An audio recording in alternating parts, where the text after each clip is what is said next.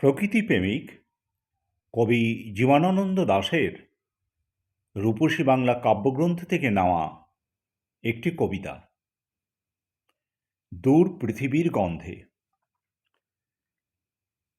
দূর পৃথিবীর গন্ধে ভরে ওঠে আমার বাঙালির মন। আজ রাতে একদিন মৃত্যু এসে যদি দূর নক্ষত্রের তলে অচেনা ঘাসের বুকে আমারে ঘুমাই যেতে বলে, তবুও সে ঘাস এই বাংলার অবিরল ঘাসের মতন মৌরীর মৃদুগন্ধে ভরে রবে কিশোরীর স্তন। প্রথম জননী হয়ে যেমন নদীর ঢেউ গলে, পৃথিবীর সব দেশে সবচেয়ে ঢের দূর নক্ষত্রের তলে সব পথে এইসব শান্তি আছে।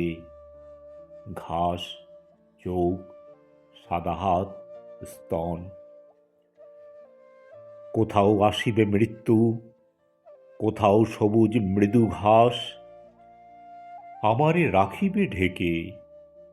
ভোরে, রাতে, দুপহরে পাখির হৃদয় ঘাসের মতন সাধে ছেয়ে রবে রাতের আকাশ। নক্ষত্রের নীল ফুলে ফুটে রবে বাংলার নক্ষত্র কি নয় জানি না কো, তবুও তাদের বুকে স্থির শান্তি, শান্তি লেগে রয়। আকাশের বুকে তারা যেন চোখ, সাদা হাত যেন স্তন, ঘাস।